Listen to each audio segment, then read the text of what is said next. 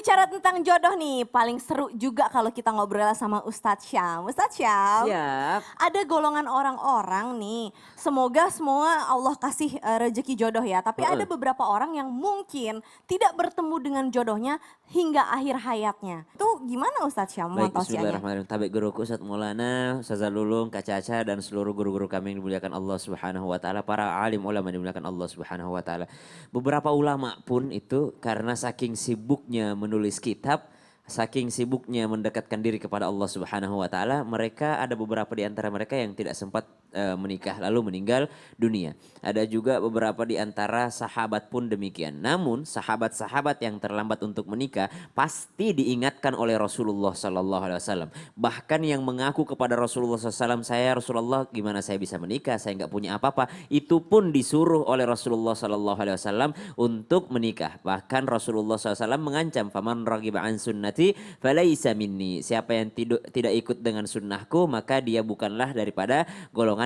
Berarti sesuatu yang dikatakan menikah ini, rezeki pasangan ini adalah sesuatu yang bisa kita usahakan, bukan hanya dipasrahkan kepada Allah Subhanahu wa taala. Kalau tidak bisa diusahakan maka Rasulullah SAW tidak memerintahkan para sahabatnya dan tidak memerintahkan kepada umatnya. Tapi Rasulullah untuk yang namanya persoalan yang namanya rezeki pasangan ini, Rasulullah menganjurkan bahkan diancam untuk keluar daripada golongan Nabi kalau tidaklah menikah. Namun kembali lagi, hukum awalnya menikah adalah mubah. Ya, hukum awalnya menikah adalah boleh, sebagaimana tidur, makan itu adalah mubah, bisa berubah menjadi wajib, bisa berubah menjadi sunnah, bisa berubah menjadi haram, bisa berubah menjadi makruh. Maka hukumnya sangat fleksibel, tergantung daripada orang yang hendak melaksanakannya. Tapi kembali lagi, tetap menjadi anjuran agama karena rezeki, yakni rezeki yang tidak didapatkan di luar itu banyak sekali dapatkan dalam pasangan. Rezeki apa yang pertama? Rezeki anak-anak yang bermanfaat. Apanya yang bermanfaat?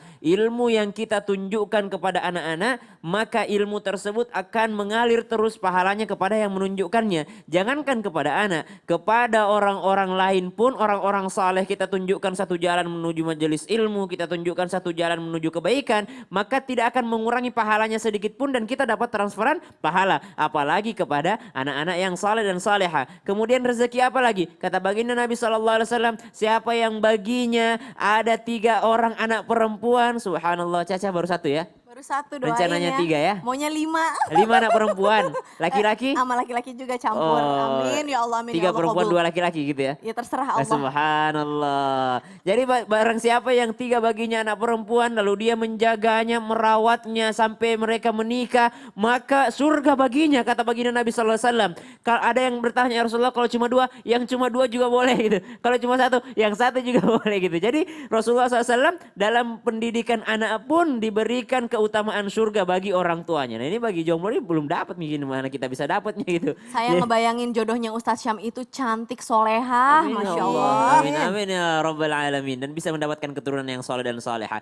Kemudian apalagi pahala pendidikan yang luar biasa, pahala kesabaran yang luar biasa, rezeki yang berlipat ganda yang diberikan Allah Subhanahu wa taala. Karena sesungguhnya rezeki terbesar itu ketenangan. Rezeki terbesar itu adalah sakinah. Ketika Nabi Adam alaihissalam selesai diciptakan, tujuannya menjadi khalifah. Tapi ketika Hawa alaihissalam diciptakan, ditanya sama Nabi Adam, untuk apa engkau diciptakan Hawa? Untuk memberikan sakinah kepadamu. Karena ternyata Nabi Adam alaihissalam ketika berada di jannah, dia lihat semuanya. Ada pasangannya, ada ini, ada. Coba Caca, di surga tuh apa yang gak ada?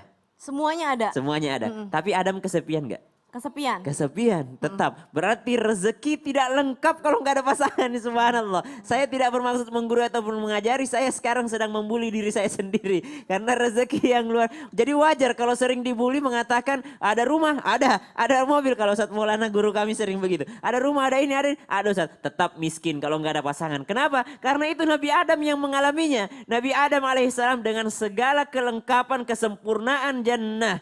Jannatul Firdaus, jannah yang tertinggi, segalanya ada, tapi tetap merasa kesepian karena waktu itu belum diciptakan Sayyidatina Hawa alaihassalam untuknya. Berarti rezeki yang sangat luar biasa, melebihi rezeki apapun, yaitu adalah pasangan. Wallahu a'lam bishawab.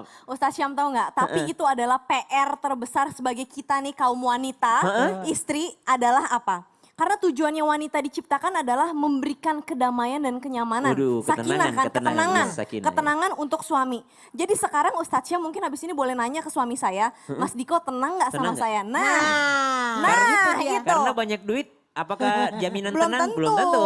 Ada jabatan, jaminan tenang? Belum tentu. Punya banyak rumah, apa jaminan tenang? Tenang? Belum Belum tentu. tentu. Tapi apakah istrinya bisa memberikan ketenangan? Nah, Subhanallah. ini saya juga. sudah tahu jawabannya. Apa Ustadz Syah? Mau tahu? Mau. Pasti dia merasa tenang. Kok tahu dari mana? Karena anaknya berada di sisi yang tepat. Masya Allah, Allah. tabarakallah, insya Allah. Dan insya Allah jamaah ibu-ibu yang ada di rumah semua benar-benar kita harus tahu tugas kita adalah memberikan ketenangan untuk pasangan kita. Amin ya Allah, ya Amin, robbal ya robbal alamin.